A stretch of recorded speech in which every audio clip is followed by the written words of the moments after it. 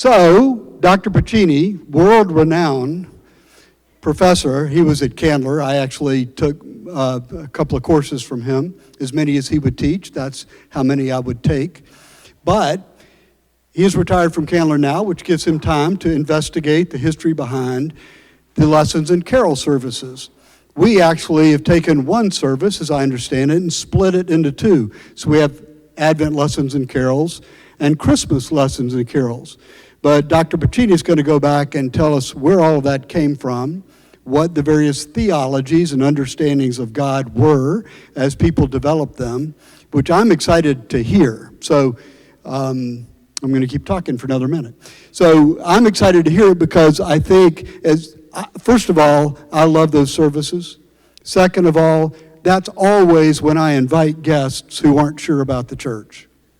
You know what I mean? Somebody for whom the nave is too formal, or Christian atonement theory has frightened them off, or they grew up in they're traumatized by their religious rearings, and you can bring them to lessons and carols, and the beauty of it is simply overwhelming. The beauty of the space, the sense of community, and the presence of God, I think. Once I've had that experience with them, then I can talk about what church might be like or what value it might have. So we're going to give you some language, hopefully, so that you can do something similar to that. All right, Dr. Pacini, thank you for being here. Thank you very much. Is this working? Oh, yeah. Okay. I've joined the maimed and trying to get one foot in front of the other club with some good fortune. I'll be out of this before long. But if I stumble, I'm going to blame my foot instead of what I said. I'm delighted to be here. George mentioned that he and I have known each other for a very long time. He was a student and a warm supporter, and we've maintained a good conversation over the years. I'm thinking about this service in terms that may be a little bit different for you, namely the inbreaking of the reign of God. That I cleaned it up. It really should be the inbreaking of the ruling activity of God. And what I'm going to do in the course of these 3 weeks is set up some distinctions. The service with which you are familiar is the King's College service. That came into being in 1918, and we'll have a long conversation about that. But it was first done in 1918 as the war was still going on, and Milner White, who was the new dean of King's College, was age 34. And he was just back from the Western Front, and he was shell-shocked. And his very first thing was to take one of the side chapels of King's and make it a memorial for his fallen brethren. And then he was really disturbed about what to do for Christmas Eve. So the argument I'm going to make, I'll give you sort of a heads up, is that he puts together a service that becomes really a requiem. The emphasis is on being in union once again with his fallen friends in the fullness of God and Christ. It's very beautiful if you stop to think about that. It's a very different kind of thing than we think about. This is actually a copy of the bulletin from the 1918 service. But that's just one influence on what we understand by the festal service of lessons and carols. We sometimes say Advent service. That's not exactly right. It's really the festal service, and I'll tell you why, and this is about to say why. This is the book of offices and services for occasions not provided in the Book of Common Prayer. That's something we all think about, and George is probably hawking copies of it in the bookstore. Yeah, there we go. And that will probably have a good purpose. The only thing that's useful about it is that it establishes something that was not established previously, and that is the location or position of Advent in the liturgical calendar. So you have Advent, and then Advent is distinct from Christmas, which is distinct from Epiphany. Now that's an important point because the King's service, as I will show you shortly, runs them all together. But that is not the original service. The original service, let me go back. 1934, Milner White, much later, introduces the procession with carols in King's Chapel for Advent Sunday.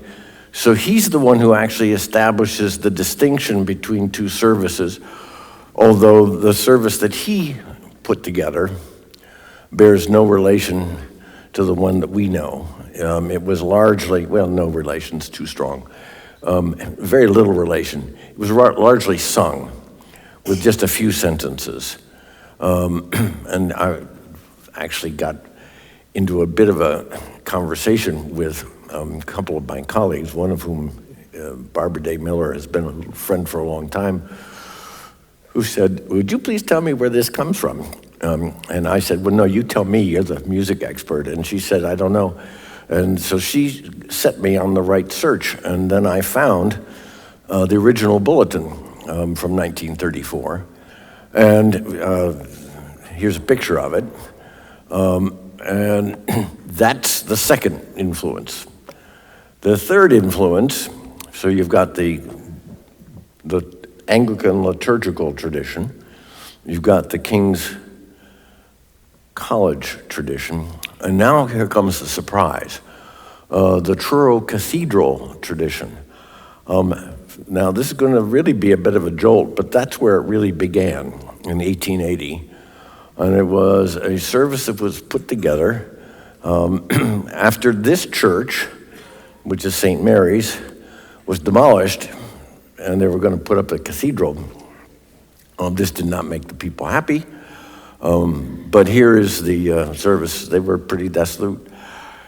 Now, Benson was a remarkable man who came from abject poverty in Birmingham. His father died when he was young, and he was left to support his mother and his siblings. So he really understood poverty. So when he comes to Truro, which was racked with poverty, he understood poverty, and he also understood how angry they were about losing the church that they'd known and about having their homes destroyed in order to build the new cathedral. So he put together a service, and the interesting thing is, I will talk about that next week, but this is a little preview to get you to come back. That service was in a temporary cathedral.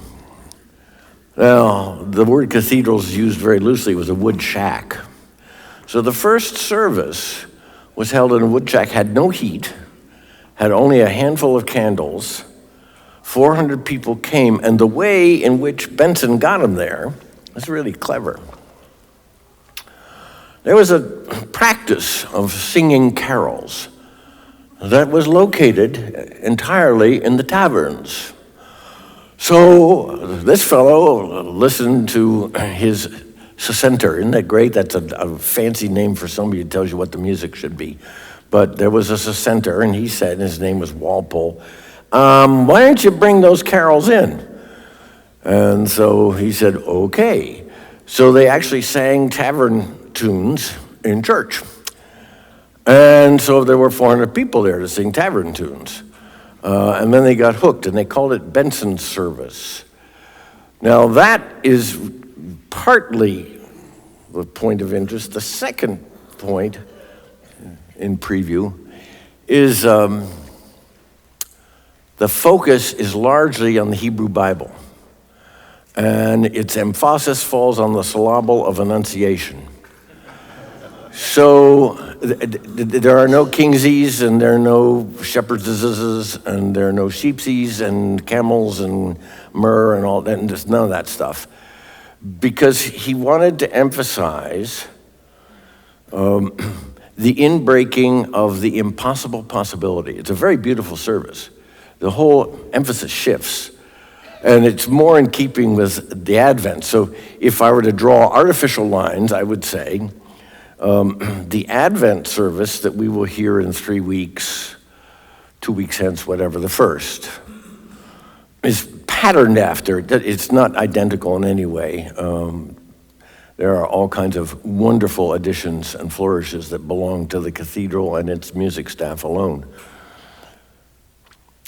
But it does have its emphasis on preparing for the coming of the Lord. And so large emphasis on Annunciation. The King's College one is the one that we do on, that's called the Christmas Carol service of lessons and carols. Actually, Christmas Festival of Lessons and Carols. And that more nearly follows the King's thing. So we do sort of Trent, or Truro and Cambridge here, but you didn't know that. And the other thing that you didn't know was that the emphases are radically different. One is about, almost no New Testament, and the other thing that's really neat about the Truro, the point of Advent is that we become children of God. So the service, while it has a reading from Luke, most of them are from Genesis and Isaiah and Micah and Numbers, things you've never heard of. And they all point in the direction of the inbreaking. And then, miraculously, Benson added a reading from Galatians and a reading from 1 John. He slides the prologue to the fourth gospel in at the slot 7, which is not the way we do it. We put it at the end like, this is a big summary. And he said, no, it's not. The real point is that we become children of God. So he has readings from Galatians and 1 John that are absolutely exquisite, and we'll touch on those. In which the point of this whole thing is to recognize that Advent, or the celebration of this season, is in the acknowledgement that in God's inbreaking into the world, we become children of God, which is really quite exquisite. So now I got the punchline. You don't have to come back, but that's really what I had to say. This is the original King's College, and now I'll run you through the King's thing. That'll be the bulk of what we do today. This is a picture of Eric Milner White, who is known in Anglican history as one of the finest liturgists the tradition has ever produced. He just kept producing remarkable services. You are most familiar with his bidding prayer, which opens every service in the King's tradition, but it also was adapted to do the Advent service. He wrote one for that too. He also, and this is sort of the fun thing, was the one who introduced the idea of singing Once in Royal David City with a soul soprano. Now, his circumstances were quite different. It was the world was kind of a mess because the war was still going on. But it was, after all, in King's College, which had been around since 1414 and was finished in 1546. So it was a project of the Henrys, Henry VI through Henry VIII. And then there was a lot of, political maneuvering when the Stuarts got in there. And so the fortunes of the choir would either be really great or they'd be pretty poor. And so when Milner White got there, they had just gone through an enormous emphasis on restoring the quality of the music. So he's got a really great choir to turn to, even though the numbers are very few because they've been pretty much decimated by the war. So he hits upon this idea of starting the service with the solo voice of the soprano, once in Royal David City, which we just assume has been there for forever. Actually, he did that in year 2, 1919. He had borrowed somewhat generously and without annotation from Benson. There's no mention of Benson. He just kind of does it. But his son gives him away and says, well, he was messing around and he found the service and he decided to adapt it. So the adaptation moves from what was in the case of Benson and a hope for new things, for the impossible possibility in an impoverished village, which was cathedralless. I mean, literally, they pulled the cathedral down in October, the old St. Mary's Church in October of 1880, and we just broke ground here. You've noticed nothing happened over the week. So the fact is, nothing's different. And so they had to, what are they going to do for Christmas? Well, they got a bunch of volunteers, and you know about volunteers. And so they put together a wood shack. So you have this contrast between a wood shack and this exquisite chapel, finished by Henry VIII, who was very fussy about exactly what was going to happen there. He was very fussy about a lot of things. Got him in a lot of trouble.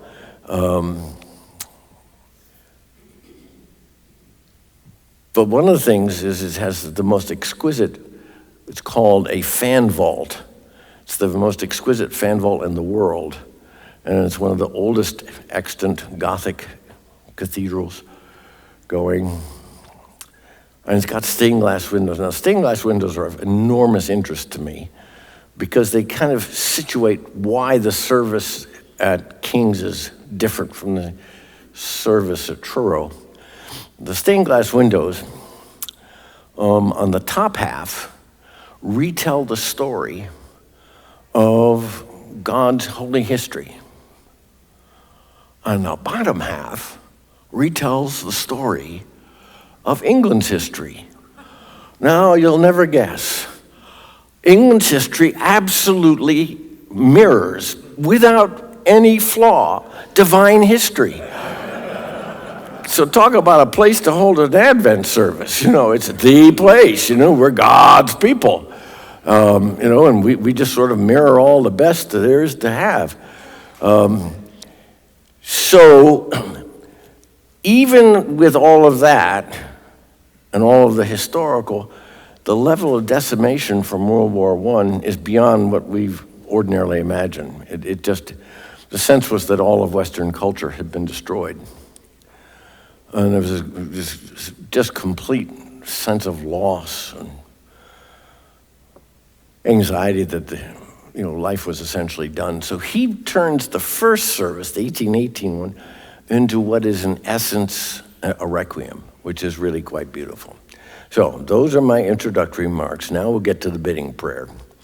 The bidding prayer, which I'll go over because it's one of the most beautiful prayers that you will ever read. Beloved in Christ, in this season of Advent, let it be our care and delight to prepare ourselves to hear again the message of the angels, and in heart and mind to go even unto Bethlehem, to see the babe lying in a manger. Let us read and mark in Holy Scripture the tale of the loving purposes of God, from the first days of our disobedience into the glorious redemption brought to us by his holy child. And let us look forward to the yearly remembrance of his birth with hymns and songs of praise. Let us pray for the needs of his whole world, for peace and goodwill over all the earth, for the mission and unity of the church for which he died, and especially in this country and within this city. And because this of all things would rejoice his heart, Let us at this time remember in his name the poor and the helpless, the hungry and the oppressed, the sick and those who mourn, the lonely and the unloved, the aged and the little children, and all those who know not the Lord Jesus or who love him not, or who by sin have grieved his heart of love. Lastly, and this is the most important part, let us remember before God his pure and lowly mother and all those who rejoice with us, but upon another shore and in a greater light, that multitude which no one can number. He's talking about his fallen comrades in war. Now you see the emphasis. We read past this. But this is so beautiful. The whole point of the service is to remember and to be united with those whose hope was in the Word made flesh, and with whom in this Lord Jesus we forevermore are one. That's extraordinary. Now, no fault for anybody here. We go galloping through that, and George will read it, and everybody say, "Yeah, wow, good," because it's become part of our cultured sense of the season. But the real point is that this is a requiem piece. It's a memorial. It's an act of in remembrance. You see, that takes it to the heart of the Eucharist. Do this in remembrance. So it's really about remembrance and being thoughtful of those who've come. Now, if you look at the service, you'll see the way in which that's so. This is the fun part. We do a little art history.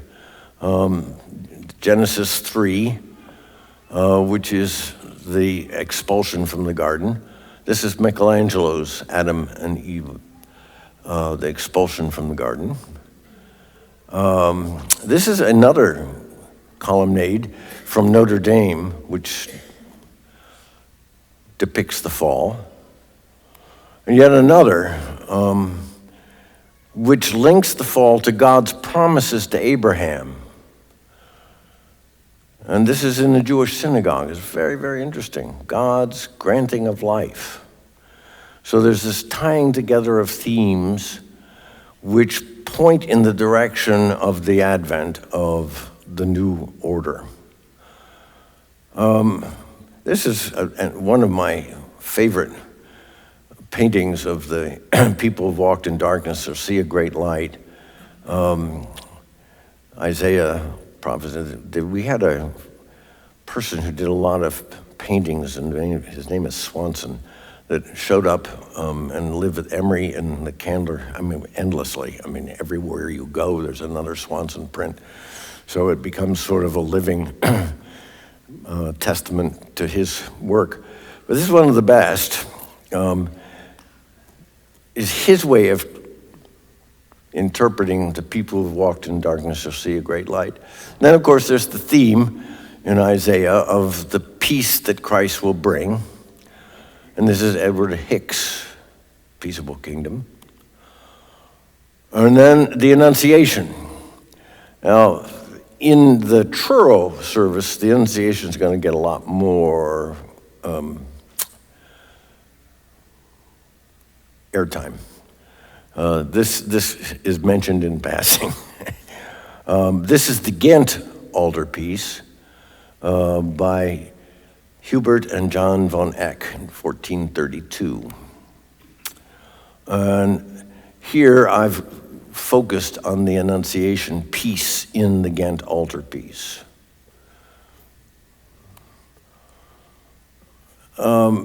Now we go to some of my favorite art. This is where Baroque spills over into Renaissance humanist. And this is Luke 2, the birth of Jesus, but it's by an artist called Cimabue. Cimabue was the teacher of Giotto. Cimabue was walking, through a pasture and along the side of the woods, and here was this boy with a rock, drawing on a rock, and his name was Giotto, and he recognized that this kid had a lot of talent. So he put him into his entourage, where Giotto went on to become one of the great breakthrough artists. If you should happen sometime to go to Assisi, and you go, Assisi is this great big paradox. It's a great celebration of the man who honored poverty.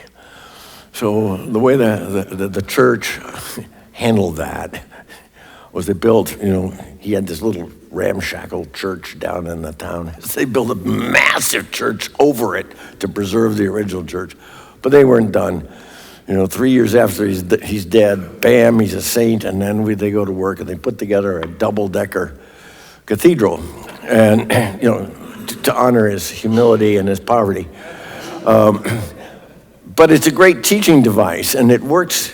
I'm mentioning it here because it works a little bit like the service of, George's point is quite right. If you want to hook people on church, take them to the service of lessons and carols, because you get swept away with, because what you get is a telling of holy history. So if you go into the chapels of Assisi, it's just amazing. On the right-hand side, you have the history of the becoming of Jesus as the Christ. And then at the center, in the front, he is there carrying his cross. On the left-hand side, you have a history of Francis. This is sort of like the English thing. The Francis story and the Jesus story are one and the same, all right? And guess who's walking with the cross with Jesus? Francis. So if you're a pilgrim, and I was, I caught the point real fast, Francis is the second Jesus. And then you go upstairs and here's all this painting, well, they're frescoes, to be honest, by Giotto and by Cimabue. Now, here, I'm going to give it away. There's a great example. On the left-hand side, I knew I was going to trip up. On the left-hand side is Cimabue. On the right-hand side is Giotto. Now, the main difference is the Giotto figures become more human. Cimabue is moving in that direction, but you notice, I think I can do this. I'm not connected anywhere. All right. What's really fascinating, they never touch the ground. See, Byzantine figures, I used to say, I think George will remember this, that when you had a Byzantine crucifix, Jesus is there totally impassive. And so I saw the Giotto crucifix until I was interrupted by my sons who wanted to go get ice cream. But I was standing there absorbing it, and it suddenly occurred to me that the best way to describe it is they're motionless, impassive. But every hour he gets a 10-minute break to have a cigarette, talk to his friends, and then he goes back. So it's without life is the joke. Giotto changes all of that. And here's another. This is Giotto's Shepherds at the Manger, Luke 2. And the Nativity, you see how, number one, everybody's feet come to where they're supposed to, but he introduces a lot more color, and the forcefulness of this becomes evident. And then, of course, you go to Matthew, where you get the story of the star leading the wise men. Now, I chose the Rubens for a very specific reason. I think this thing isn't going to kill me, but there it is. If it falls off, we'll just pick it up. The Rubens now hangs in King's Chapel. But you have to understand that this was a gift that they tried to turn down. And can you imagine turning down a Rubens? I mean, they didn't, but the reason was they were going to have to make a change to the architecture of the building because this Rubens is huge, all right? And so where it wound up is right behind the altar. It's the altarpiece. And I'll tell you, I mean, I've stood there, I've received communion. It's overwhelmingly powerful. That was not there when in 1918. This openly happened in 1968. But it tells you something about the forcefulness of that facility, that architecture, that particular building, and how by putting the Rubens in there, it was affirming the Milner White tradition. Then the service concludes with a reading of the prologue to the fourth gospel. And my favorite rendering of that is a piece called The Mystery of the Incarnation, and it's from Russian iconography. And the reason I like it so much is it gets everything going at the same time, which is the only way to speak about incarnation. But you can't really say that, but you can depict it. So that is the basic thing. Now, one last little note, and we can talk about questions. I've made a joke about Francis, but this is actually, there's no joke about it. The story, as it's told in the King's service, is really Francis of Assisi's version. And what I'm trying to say here is that in 1223, Francis went to a little town called Greccio. This is Greccio. There was no place in the inn, so to speak. He had so many people who wanted to hear him. He didn't know what on earth to do. So he went and he found this, which is a large crevice in rocks out in the hills. And he set up the first creche. Now, this is really important. You all have grown up thinking about, okay, the Christmas story has the shepherds and the sheepsies and the kings and their camels and all the gifts, and they've got Isaiah's angels running around, and I'm foretelling all of it. It doesn't happen that way anywhere. That was an invention of Francis. And Francis has the first living creche. He's got live camels, and he's got live sheep and live cows, and he dresses people up as kings and shepherds. Well, you can tell, I mean, look at when they do the Christmas pageant here. You know, everybody comes to see the kids do it, right? Well, and you can even try out if you're an old person to see if you want to be Joseph, right? I'm thinking about maybe trying out for the role of God. I'm so old now. It's just, you know. So the point is, he gets an enormous response, and it's so powerful that the Pope, who's not a fan of Franciscans, he's not a fan of Franciscans because Franciscans keep talking about poverty. And he's not about poverty, you know. He's about running a real estate empire, you know. And so this Francis guy is a bit of a problem, right? So one way to deal with a problem is get the camel that's bothering you into your tent. So he says, okay, the creche is now an official deal. You know, we're going to do this from now on. So when I was much younger, I was amused because a sister, Anglican establishment, St. George's Episcopal Church in New York City. And I remember the rector saying, the great gift to the city was a live creche. So they had all this stuff sitting there, and you know, most people in New York City have never seen a cow. So, you know, they have all this stuff, and they thought that was a gift to the city. I got into, you know, as is my habit, I said, why would you think that was a gift? I mean, is that the point? You know, George knows. I bother him. He gives a lovely sermon, and I write him, why did you say that? And he writes back and says, I didn't say that. I said, yes, you did. You know, so it's the same thing. Wherever I go, I sow discord. Because I keep getting the feeling that we're missing something.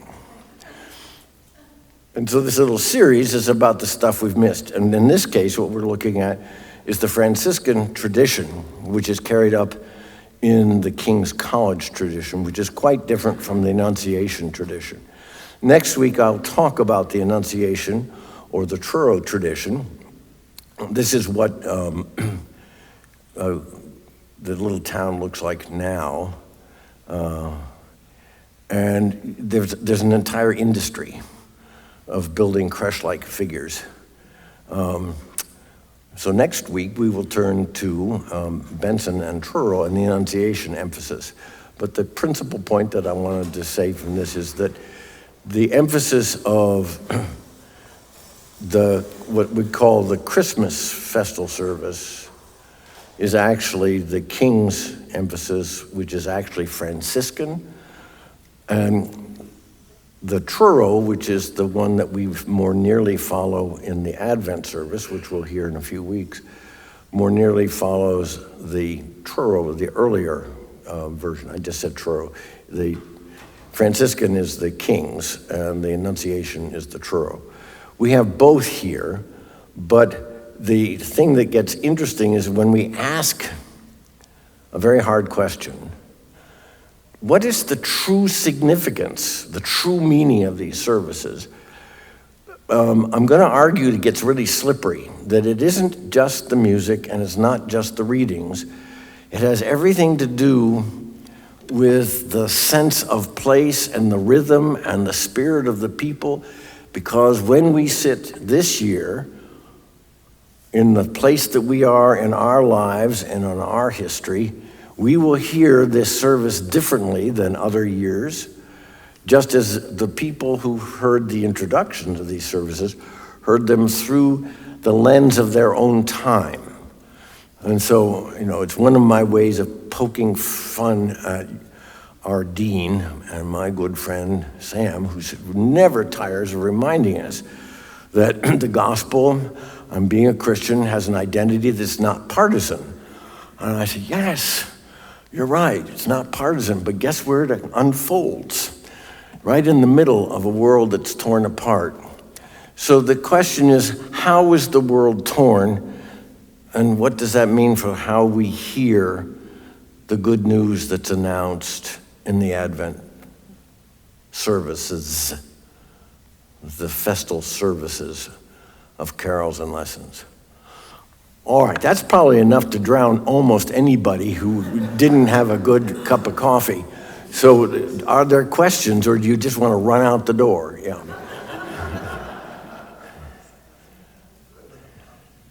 I was really curious about this idea of a more humanistic approach to religious art. And I just wondered if you might comment briefly on maybe some of the undercurrents that led to... Sure. Interestingly enough, it has to do with the Medicis, who were not exactly kind and gentle people. They started off as medicine purveyors, pharmacists, also known as doctors back then, and they began supporting the art of and one of them happened to find that there was a great deal of interest in the reclaiming of classical philosophy, particularly Platonist philosophy. So you have the Florentine Academy established by the Medicis, and that began, and then they paid for Michelangelo, they paid for all of this exploration. In fact, they played a role in getting Michelangelo access to morgues, because he kept going and trying to get in, and they kept saying, no, thank you, you're not allowed to do that. But the Medicis made it possible, so when he was able to study bodies, he then painted them somewhat in an exaggerated way, but with great attention to musculature. So it's a focus away from the impassive Byzantine with the godlike figures who don't touch ground, to the humanist, which becomes the Renaissance humanist, which focuses on the beauty and goodness of being human, and also some of the complications of being human. That's a great question, thank you.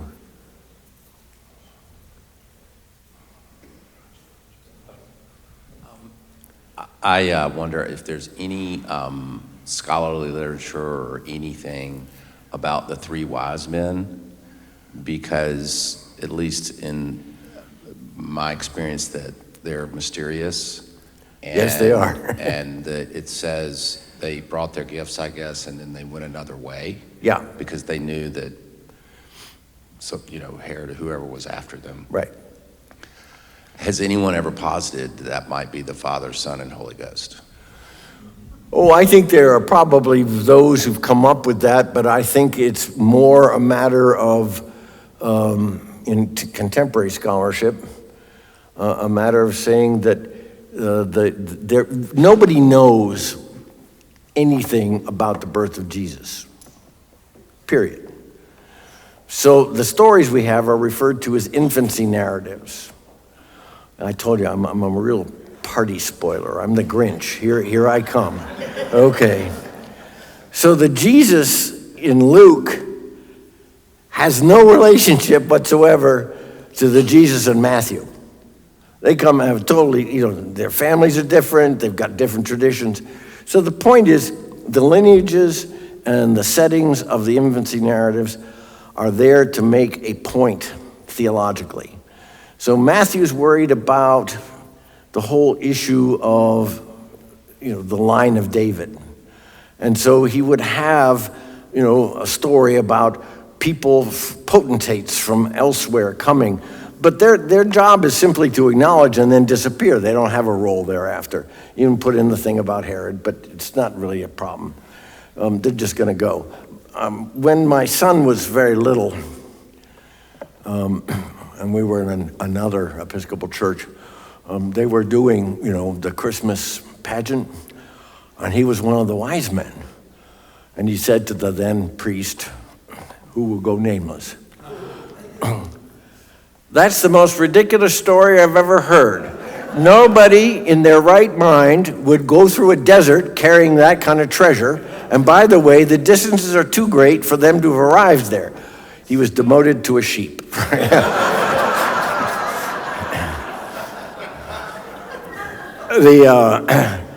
The rector went on to become a bishop. What can I tell you?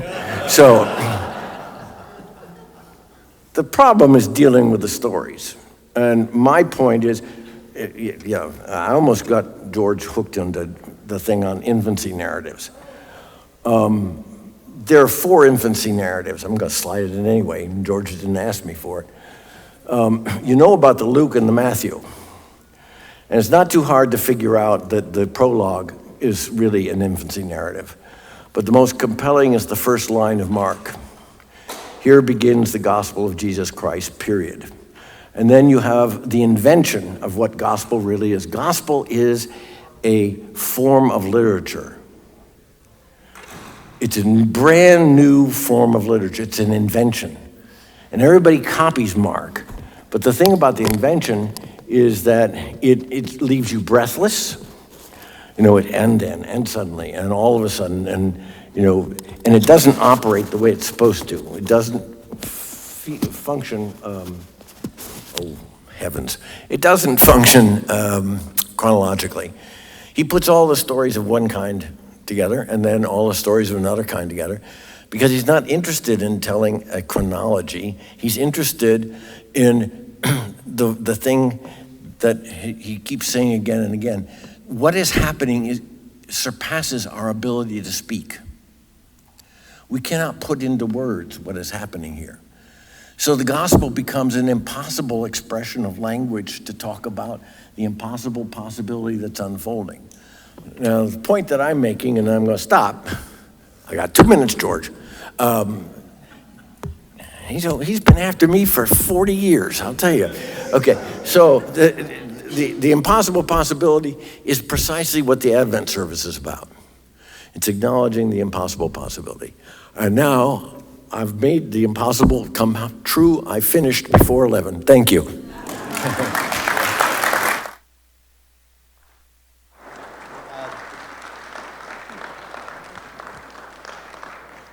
So I do invite you to come back for the next 2 sessions and learn about this service. It will truly deepen your experience of it. I also invite you to come to Jennifer Van Horn's house on December the 6th, Friday, December the 6th, for an old-fashioned Sunday school party. It'll start at 6:30, but you needn't worry about the details because I will send you an email telling you all about it. But it'll be great fun, so you might mark your calendars for Friday, December the 6th. Jennifer, do you want to say anything else about that? We were in the back of the room right now, decided to have a party. That's the way it works. It was an infancy narrative. With Mac gone, we just haven't gotten together, but it used to be tradition. So I decided we needed to do it, and December 6th was the only day I had open. So sorry if that's not convenient for everybody, but that's our date. Right. And then just quickly too, to park in the driveway. Always park in the driveway first, because that helps the parking to not have to park all in the street. All right, well, I'll put all that in an email. All right. Thank you very much. Go in peace to love and serve the Lord.